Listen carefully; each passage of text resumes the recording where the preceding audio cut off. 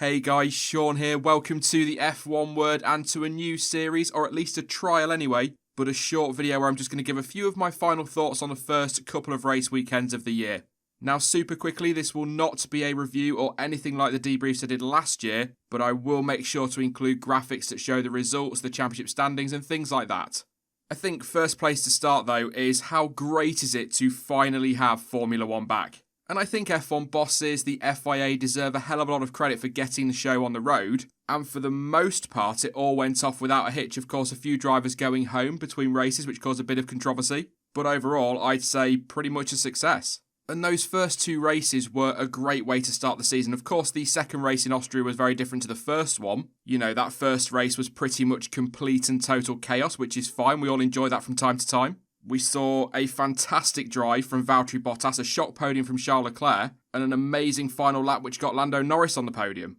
So the race yesterday was always going to struggle to live up to that, but personally I actually still really enjoyed it. It was a bit more what we've come to expect from Formula 1 over the last few years. You've got a Mercedes disappearing up front and dominating, you've got the Red Bulls in the mix, and then you've got an amazing midfield scrap. And so although it wasn't as dramatic as the first race, it was still, in my view anyway, a very good Grand Prix.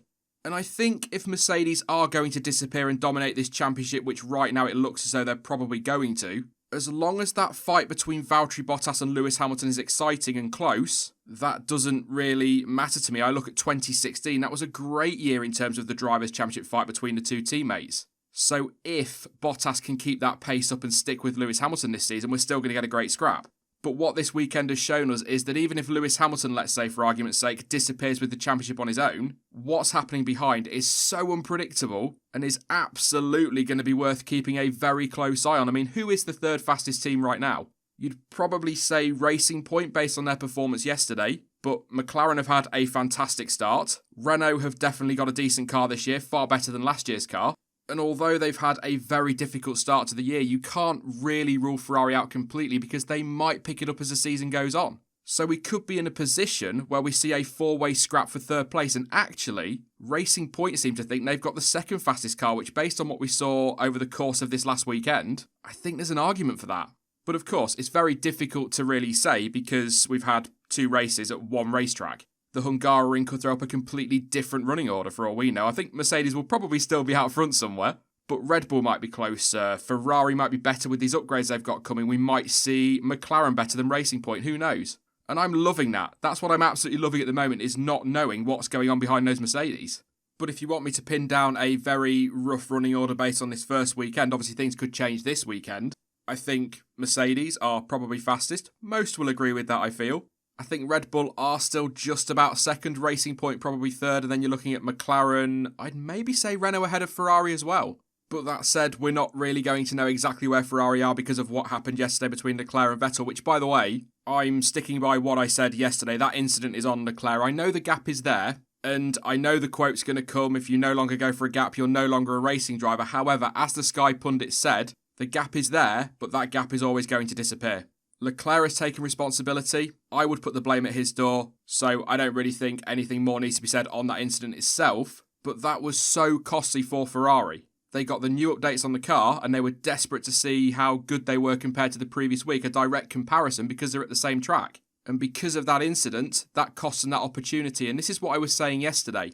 Right now, they are, like I say, 5th or 6th fastest at best. So they needed their drivers to be working together for the sake of the team, getting those 71 laps on the board, both cars, and then sitting down afterwards and overlaying all the data and saying, right, this was better last week, this was better this week. And for a team that is already on the back foot, that's possibly put them back even more. We'll see with the updates this weekend. They might make a step forward, like I say, but they're not in a good position, and I really do worry for them this season. And of course, with a lot of things being frozen for next year, this could carry on into 2021.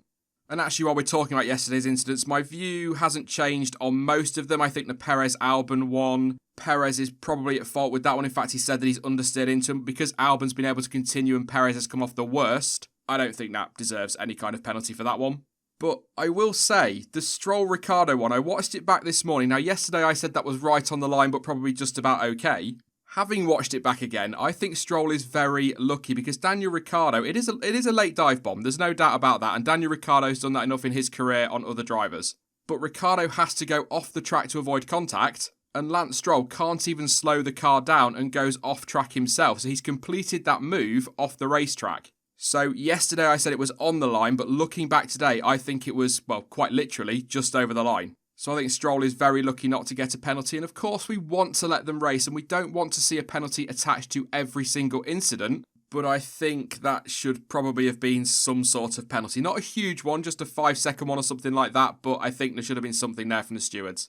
And just while we're on Racing Point and Renault, just an update on yesterday. If you did miss the news, Renault have launched a protest against the Racing Point brake ducts. They have been impounded and the FIA have asked for some stuff from Mercedes too, having agreed that Renault do have grounds for some sort of protest. And they're going to investigate that once they've got all the information they need, and they will make a decision in the coming days. No specific time frame, so God knows when that will be. But Racing Point have said that they are completely innocent and have described the Renault protest as misconceived and poorly informed.